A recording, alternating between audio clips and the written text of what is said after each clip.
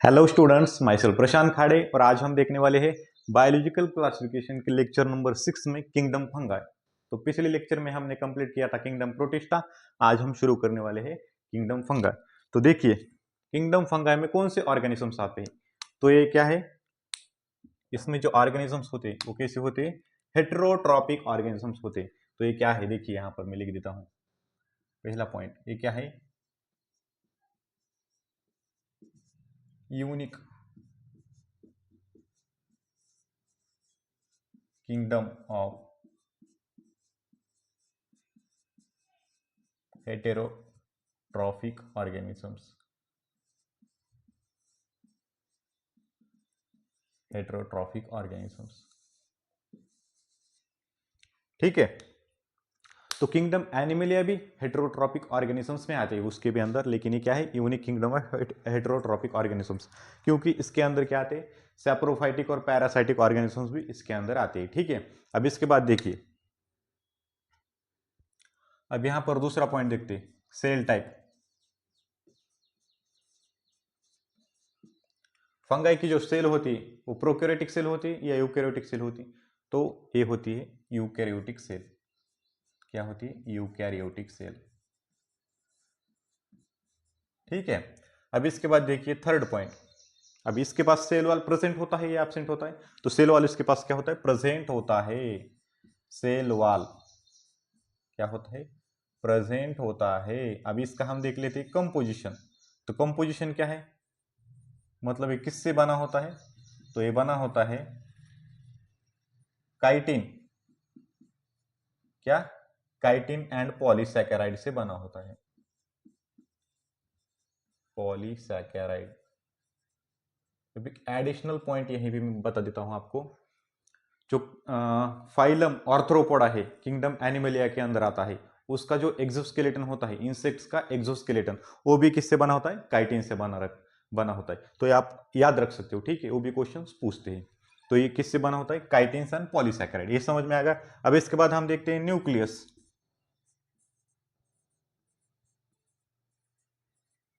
अब ये eukaryotic cell है तो इसके पास न्यूक्लियस प्रेजेंट होगा या एब्सेंट होगा, सही है, क्या होगा, प्रेजेंट होगा। तो न्यूक्लियस क्या है, प्रेजेंट है। इसके बाद देखिए फिफ्थ पॉइंट, अब हम देखते हैं बॉडी ऑर्गेनाइजेशन। बॉडी ऑर्गेनाइजेशन मतलब क्या, ये यूनिसेलुलर है या फिर मल्टीसेलुलर है। तो ये कैसे ऑर्गेनिजम्स होते हैं, मल्टीसेलुलर ऑर्गेनिजम्स होते हैं, मल्टीसेलुलर ऑर्गेनिजम्स मल्टीसेलुलर होते हैं। और जो इसके अंदर टिश्यू होती है वो कैसे होती है, लूज टिश्यू होती है, लूज टिश्यू, ठीक है। अब इसके अंदर एक एक्सेप्शन भी है, एक फंगाई यूनिसेलुलर होती है, उसका एग्जांपल क्या है, ईस्ट, एक एक्सेप्शन है,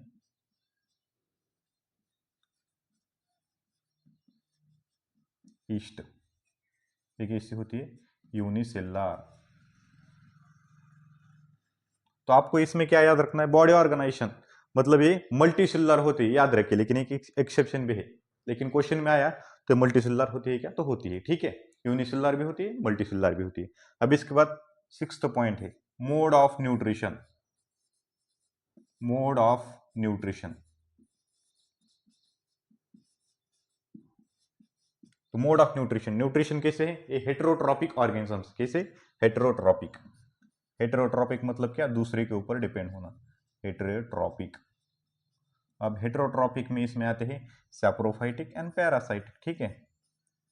सैप्रोफाइटिक, सैप्रोफाइटिक मतलब जो डेड एंड डिकेइंग मैटर पे डिपेंड करते हैं उसे हम बोलते हैं सैप्रोफाइटिक।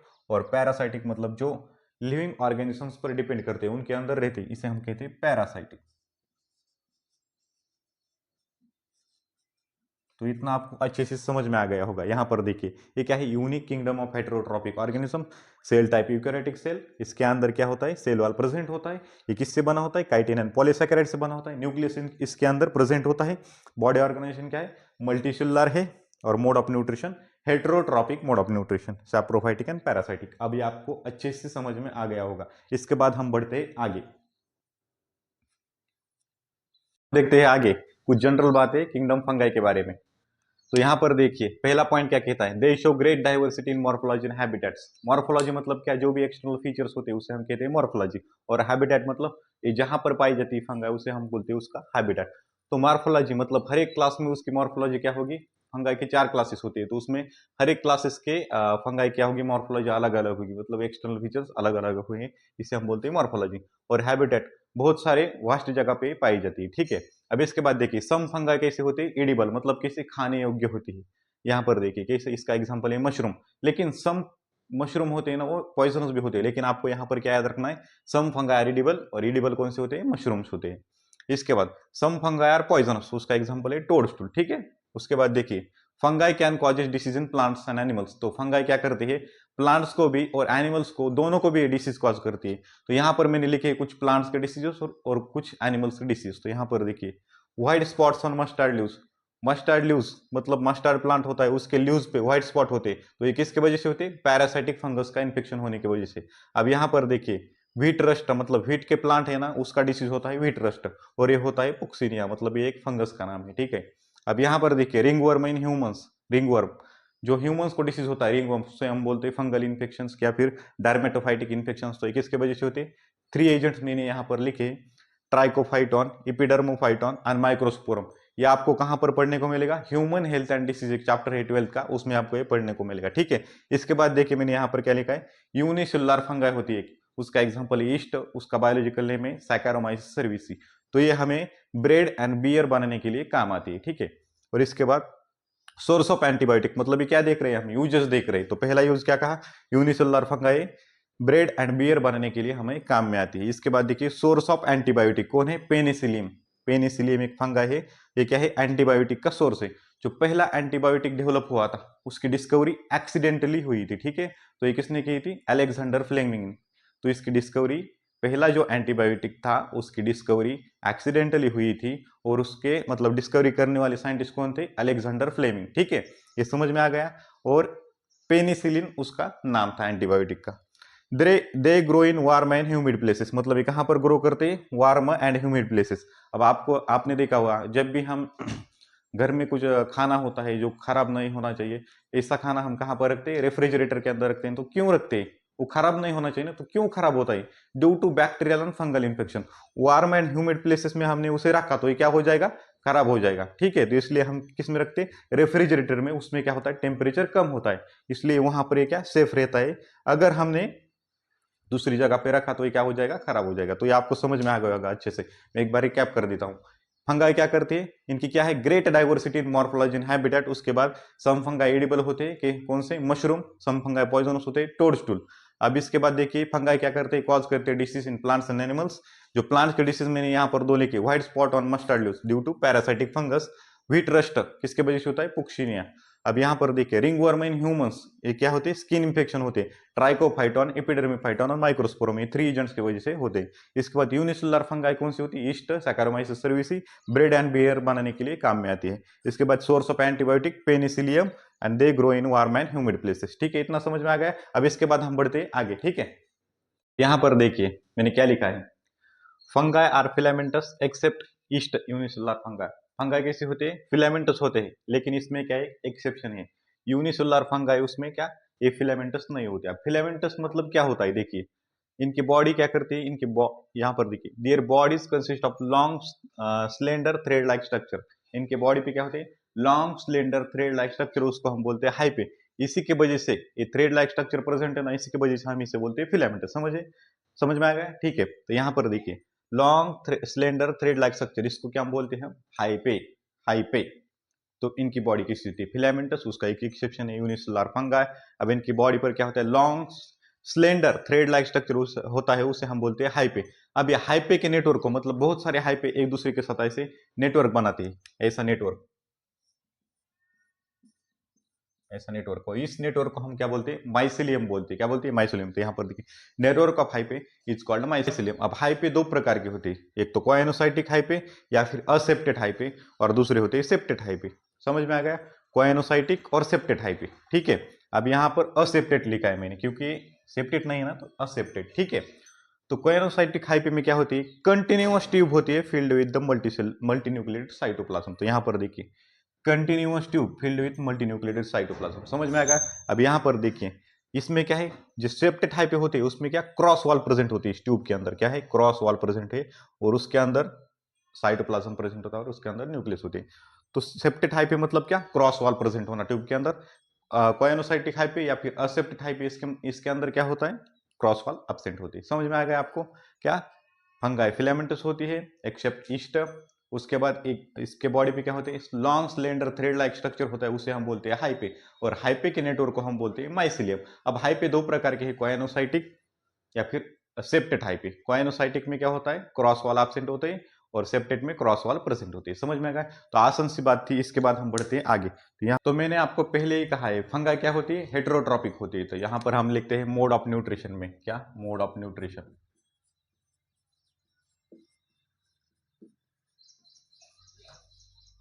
Mode of nutrition.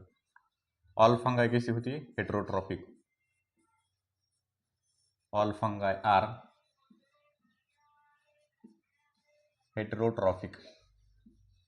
अब हेटेरोट्रॉपिक में भी दो प्रकार के होते हैं, या तो सैप्रोफाइटिक होगी या फिर पैरासाइटिक होगी। समझ में आ गया। तो पहला यहां पर लिखता हूं मैं, क्या यहां पर देखिए। तो पहले क्या होती है, सैप्रोफाइटिक। कुछ फंगाई क्या होती है, सैप्रोफाइटिक, और कुछ क्या होती है, पैरासाइटिक। अब सैप्रोफाइटिक और पैरासाइटिक का मतलब मैंने आपको बहुत बार बताया, फिर भी यहां पर मैं बता देता हूं। तो ये किस पर, सैप्रोफाइटिक मतलब जो भी डेड ऑर्गेनिक मैटर होता है उसके ऊपर ये डिपेंड करती है। तो यहां पर क्या लिखता हूं मैं, ये एब्सॉर्ब करते हैं, एब्सॉर्ब सोल्यूबल ऑर्गेनिक मैटर,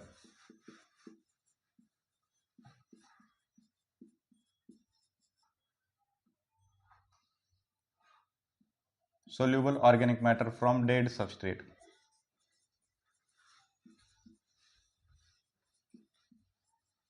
जो भी प्लांट्स का डेड है, रिमेन्स एनिमल्स का है, इसके ऊपर क्या करती है, डिपेंड करती है। उनके अंदर से ऑर्गेनिक मटेरियल निकालती है और इससे इसके कारण इसे क्या मिलता है, फूड मिलता है। तो ये डिपेंड करती है डेड सबस्टेट पे, इसी कारण हम इसे बोलते हैं सैप्रोफाइटिक। तो ये सैप्रोफाइटिक मतलब क्या, डिकम्पोजिशन में हेल्प करना। अब यहां पर देखिए पैरासाइटिक। पैरासाइटिक मतलब क्या, जो भी फंगाई लिविंग प्लांट्स के ऊपर डिपेंड करती है, लिविंग प्लांट्स एंड एनिमल्स। तो डिपेंड्स ऑन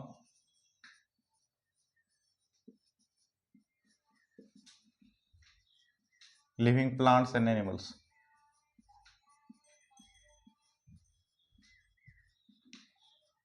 तो इसे हम बोलते हैं पैरासाइटिक। ये किस पर डिपेंड करती है, लिविंग एनिमल्स एंड प्लांट्स के ऊपर। अब पैरासाइट दो प्रकार के होते हैं, एक्टोपैरासाइट एंड एंडोपैरासाइट। एक्टोपैरासाइट मतलब क्या, जो भी लिविंग ऑर्गेनिजम्स है उसके बॉडी के सरफेस पे इंफेक्शन कर कर रहना, उसे हम बोलते हैं एक्टोपैरासाइट। और बॉडी के अंदर इंफेक्शन कर कर रहना, इसे हम बोलते हैं एंडोपैरासाइट। तो समझ में आ गया, एक्टोपैरासाइट एंडोपैरासाइट। तो ये हो गया न्यूट्रिशन के बारे में।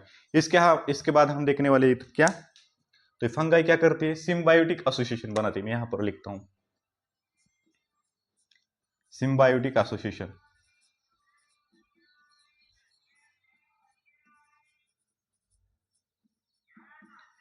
सिम्बायोटिक एसोसिएशन मतलब क्या, फंगाई दूसरे ऑर्गेनिजम्स के साथ एसोसिएशन बनाते हैं, मतलब दो ऑर्गेनिजम्स एक साथ आकर रहते हैं और एक दूसरे को क्या होता है, इनके कारण फायदा होता है। ठीक है, तो दोनों को बेनिफिट होता है, ऐसा इनका रिलेशनशिप होता है। और इस रिलेशनशिप को हम बोलते हैं म्यूचुअलिज्म। क्या बोलते हैं, म्यूचुअलिज्म। समझ में आएगा। अब ये पहला है माइकोराइजा, माइकोराइजा, और दूसरा क्या होता है, लाइकेंस। तो ये दो एसोसिएशन बनाता है फंगाई। फंगाई क्या बनाता है, दो सिम्बायोटिक एसोसिएशन बनाता है। एक तो होता है माइकोराइजा, दूसरा होता है लाइकेंस। अब देखिए माइकोराइजा में कौन कौन होता है, fungi plus roots of higher plants.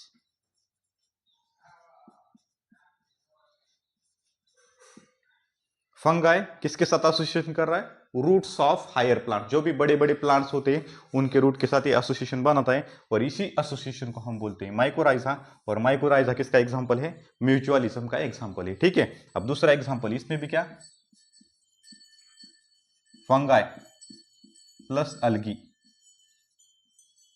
इन दोनों का रिलेशनशिप होता है एसोसिएशन होता है, फंगाई प्लस अलगी का रिलेशनशिप या फिर एसोसिएशन। ये एसोसिएशन को हम बोलते हैं लाइकेन, सॉरी किसका एग्जांपल है, म्यूचुअलिज्म का। तो ये आपको अच्छे से याद करना है, ये आपके क्वेश्चन में आता है, ठीक है।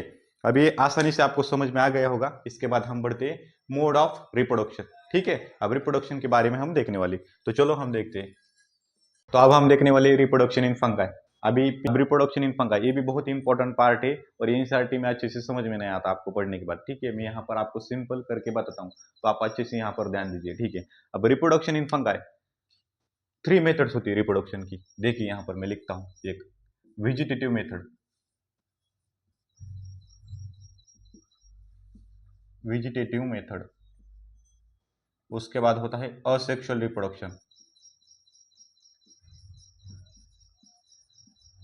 असेक्सुअल रिप्रोडक्शन, और थर्ड वन क्या होता है, सेक्सुअल रिप्रोडक्शन।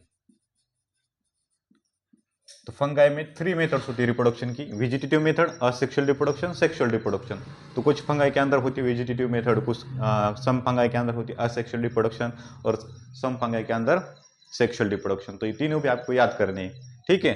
तो वेजिटेटिव मेथड मतलब क्या होता है, वेजिटेटिव मतलब जो भी फंगाई का बॉडी पार्ट्स ब्रोकन हो जाए, उसके फ्रैगमेंट्स कहीं भी गिर जाए, तो उससे नया फंगाई बनता है, ठीक है। तो उसे हम बोलते हैं वेजिटेटिव मेथड। तो वेजिटेटिव मेथड में कौन से आते हैं, यहाँ पर देख लीजिए। फ्रैगमेंटेशन, फ्रैगमेंटेशन,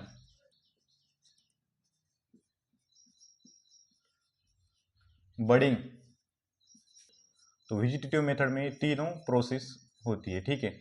मतलब फ्रैगमेंटेशन मतलब क्या, बॉडी का फ्रैगमेंट कहीं भी टूट कर गिर जाए, तो उससे क्या नया फंगाई बनता है। बडिंग मतलब क्या, फंगाई के ऊपर एक नया बड़ आता है, और वही मतलब उससे ही एक नया फंगाई बनता है, ठीक है। और ये मैच्योर होने के बाद सेपरेट होता है, तो इसे हम बोलते हैं बडिंग। और फ्यूजन मतलब क्या, तो एक सेल से डायरेक्टली 2 सेल बन जाना टूट कर, ऐसे, तो इसे हम बोलते हैं फ्यूजन। तो बस डीप में नहीं जाना, बस याद करना है। वेजिटेटिव मेथड में क्या है, फ्रैगमेंटेशन, बडिंग एंड फ्यूजन, ये तीन आपको अच्छे से याद करनी है। इसके बाद आती है sexual reproduction, asexual reproduction and sexual reproduction. अभी दोनों भी मेथड में क्या होती है, स्पोर फॉर्मेशन होते हैं। तो ये दोनों भी मेथड में क्या होती है, स्पोर फॉर्मेशन,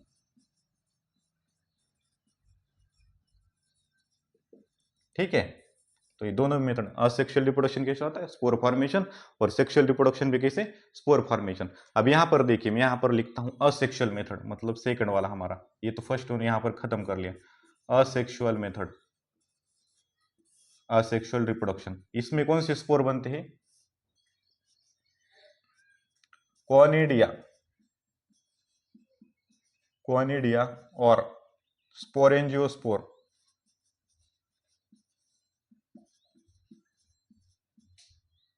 स्पोरेंजियोस्पोर और जूस्पोर्स।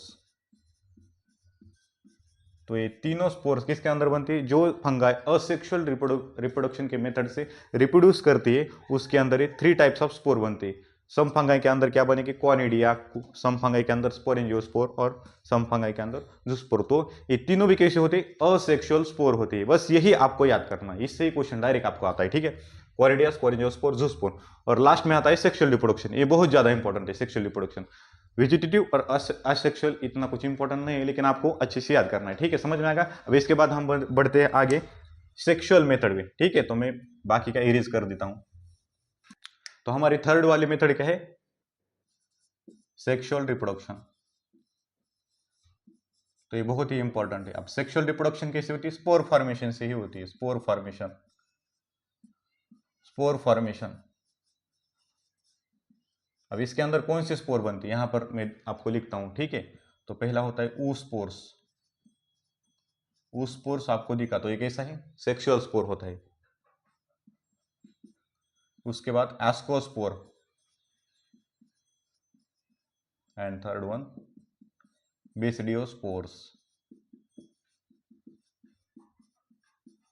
तो ये तीनों भी कैसे होते हैं, सेक्सुअल मेथड से स्पोर बनते हैं, ठीक है। ऊस्पोर, एस्कोस्पोर्स एंड बेसिडियोस्पोर्स, आसान है, आपको अच्छे से याद हो जाएंगे, ठीक है। अब यहां पर देखिए, फंगाई के सेक्सुअल साइकिल में कितने 3 स्टेप्स होते हैं, 3 स्टेप्स। तो इनहॉल्स 3 स्टेप्स, कितने स्टेप्स आते हैं? 3 स्टेप। तो 3 स्टेप में सेक्सुअल रिप्रोडक्शन होता है। यहाँ पर देखिए पहला जो होता है वो होता है प्लाज्मोगैमी। क्या? प्लाज्मोगैमी। सेकंड वाला होता है कैरियोगैमी, और थर्ड वन होती है म्योसिस। ठीक है, तो इन 3 स्टेज में क्या होता है, स्टेप में क्या होता है, यहां पर आपको बताता हूं। तो दोनों भी या तो मेल गैमेट, मतलब male gamete and female gamete दोनों भी या तो मोटाइल हो या फिर नॉन मोटाइल हो, इनके दोनों सेल के फ्यूजन को हम क्या बोलते हैं? प्लाज्मोगैमी बोलते हैं। तो क्या होता है? प्रोटोप्लाज्म का फ्यूजन होना, इसे हम बोलते हैं प्लाज्मोगैमी। लेकिन न्यूक्लियस का अंदर फ्यूजन नहीं होता इस स्टेप में। क्या होता है? सिर्फ सेल का फ्यूजन होता है। तो इसमें क्या होता है? फ्यूजन होता है, fusion of protoplasm. Protoplasm between two motile और नॉन मोटाइल गैमेट। तो दो गैमेट का क्या होता है? यहां पर फ्यूजन होता है, प्रोटोप्लाज्म का फ्यूजन होता है। किसका? प्रोटोप्लाज्म का फ्यूजन, इसे हम बोलते हैं प्लाज्मोगैमी। ये समझ में आएगा? अब देखिए सेल का तो फ्यूजन हो गया, लेकिन इस सेल के अंदर क्या हो गया? अभी दो न्यूक्लियस प्रेजेंट हो गए ना, क्योंकि सेल का फ्यूजन हो गया, न्यूक्लियस का फ्यूजन अभी नहीं हुआ। मतलब यहां पर देखिए, यहां पर आपको डायग्राम निकाल के बताता हूं। पहले क्या है? दो गैमेट है, इसके बाद देखिए इसे फ्यूज हो रहे हैं।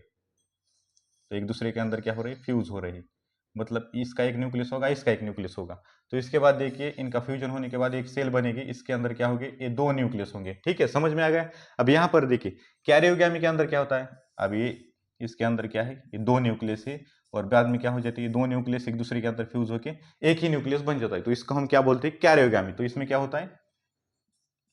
फ्यूजन होता है, fusion of two nuclei.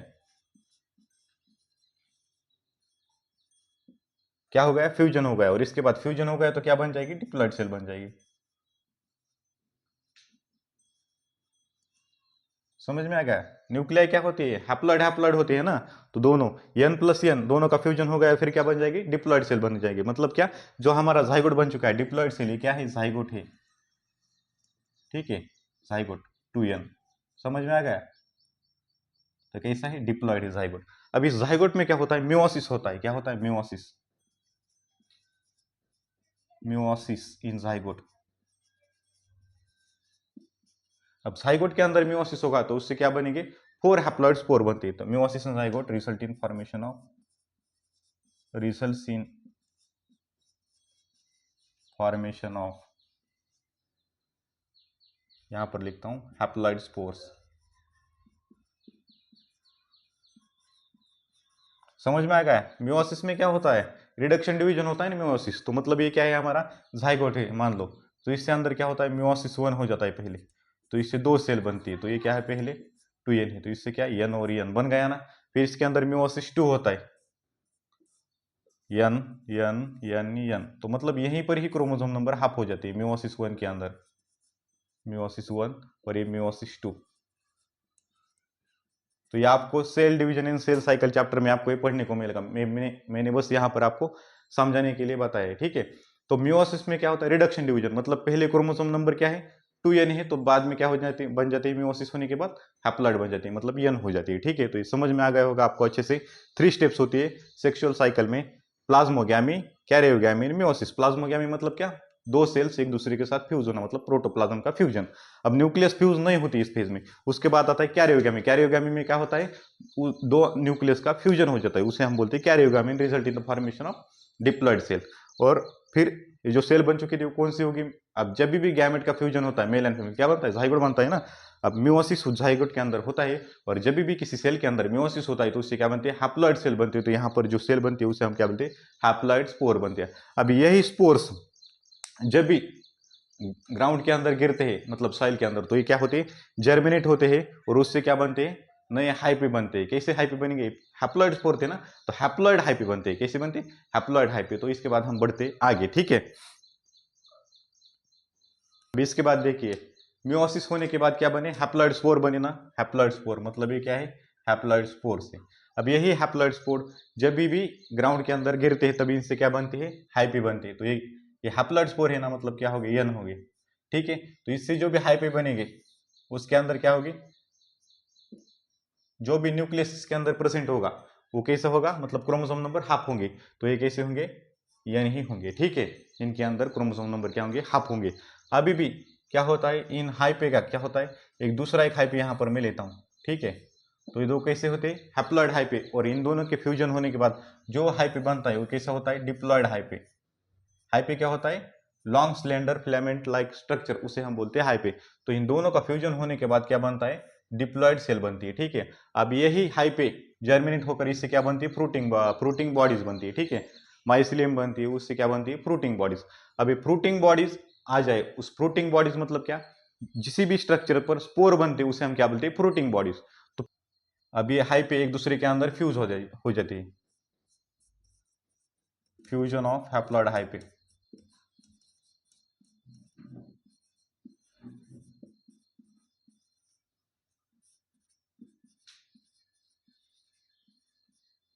results in formation of diploid cell।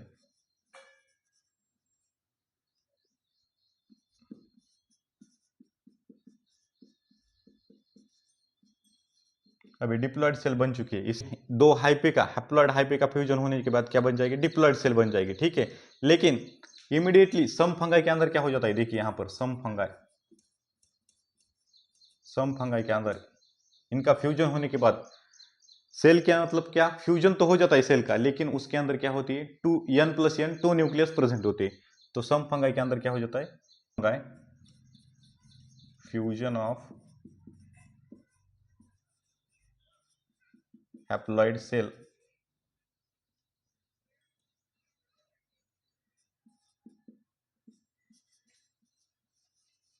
results in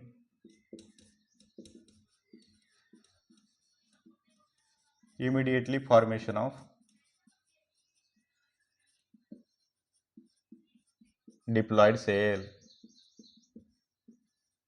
तो सम फंगाई के अंदर या हाइपे का फ्यूजन होने के बाद इमीडिएटली डिप्लॉइड सेल बन जाती है, लेकिन सम फंगाई के अंदर इनका फ्यूजन होने के बाद डिप्लॉइड सेल नहीं बनती, उसके अंदर दो न्यूक्लियस प्रेजेंट होती है। तो यहां पर देखिए some fungi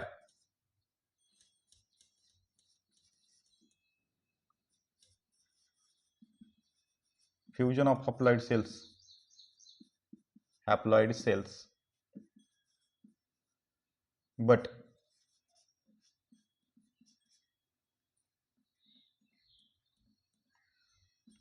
no fusion of nucleus occur, no fusion of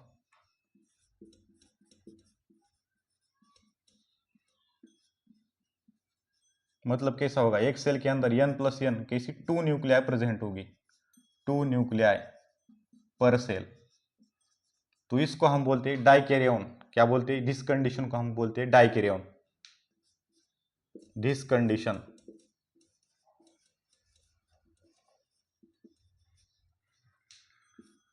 dikaryon. और इस फेज को हम बोलते हैं डाइकैरियोटिक फेज।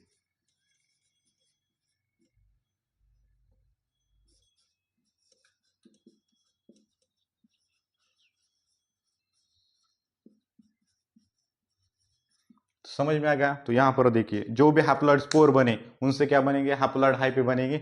इन हाइपो के क्या हो जाएगा, फ्यूजन हो जाएगा, और इसके बाद क्या बनती है, डिप्लॉइड सेल बनती है, ठीक है। अब डिप्लॉइड सेल बनने के बाद क्या होता है, fusion of hyphae result in the formation of diploid cell.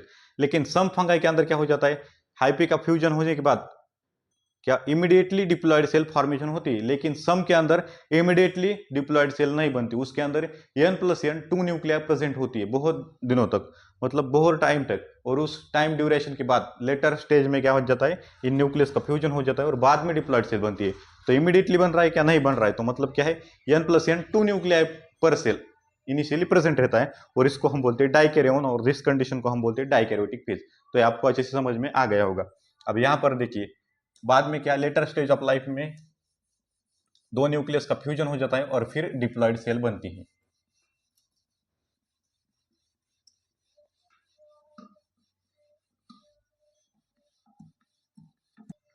अब यहां पर देखिए इनिशियली क्या था, n+n मतलब क्या, हाइपे का तो फ्यूजन हो गया, मतलब क्या, सेल का तो फ्यूजन हो गया, लेकिन न्यूक्लियस का फ्यूजन नहीं हुआ, मतलब क्या, n+n टू n पर 2n मतलब 2 न्यूक्लियाई पर सेल प्रेजेंट है। तो later stage of life,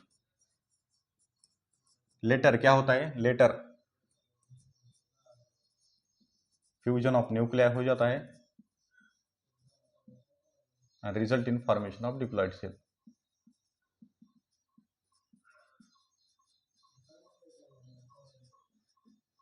formation of diploid cell होता है और इस डिप्लॉयड सेल से क्या बनती है, फ्रूटिंग माइसिलियम बनती है और माइसिलियम से क्या बनती है, फ्रूटिंग बॉडीज। डिप्लॉयड सेल इससे बन जाएगा माइसिलियम, माइसिलियम के बाद डेवलप होंगी फ्रूटिंग बॉडीज और इस फ्रूटिंग बॉडीज के अंदर क्या होते हैं, गैमेट्स बनते हैं, मेल गैमेट और female gamete. Male gamete female gamete किसके अंदर बने, फ्रूटिंग बॉडीज के अंदर बने। और इस फ्रूटिंग बॉडीज के बाद इन मतलब इनके अंदर क्या होंगी, उस गैमेट का फ्यूजन होगा प्लाज्मोगैमी, फिर क्या होगी कैरियोगैमी, फिर मियोसिस और बनेंगे स्पोर्स बनेंगे। कौन से स्पोर बनते हैं, ऊस्पोर, एस्कोस्पोर एंड बेसिडोस्पोर। तो ये आपको अच्छे। इसके बाद हम पढ़ने वाले एक्चुअल फंगाई के क्लासेस। तो किंगडम फंगाई को हम 4 क्लासेस में पढ़ते हैं। तो किंगडम फंगाई का हम डिवीजन करते हैं 4 क्लासेस में based on the morphology of mycelium, mode of spore formation and division of kingdom fungi.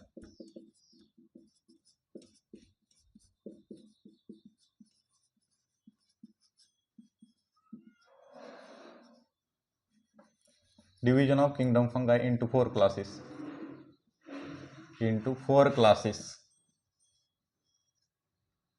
4 classes based on, किस पे बेसिस पे हम इसका डिवीजन करते, बेस्ड ऑन, यहां पर देखिए morphology of mycelium, morphology of mycelium,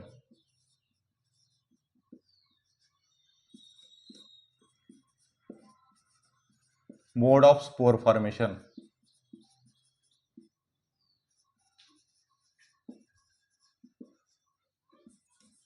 और fruiting bodies.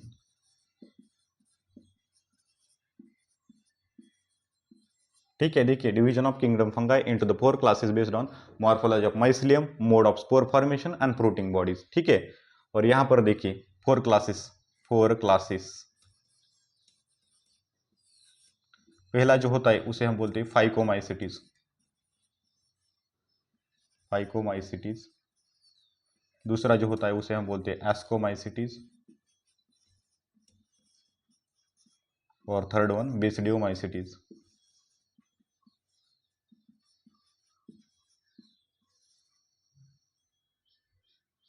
Basidiomycetes, phycomycetes, ascomycetes, basidiomycetes और लास्ट वन क्या है, डेटेरोमाइसिटीज।